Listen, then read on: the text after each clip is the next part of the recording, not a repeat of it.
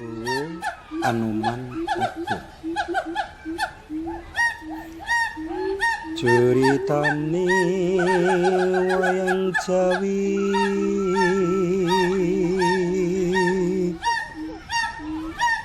ing praja Ngalengkadiraja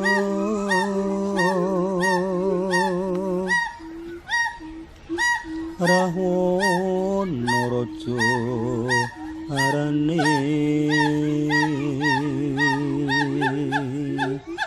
gawe keker nyolong sinta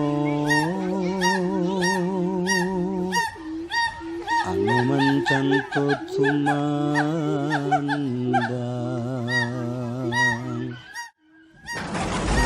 terus dadi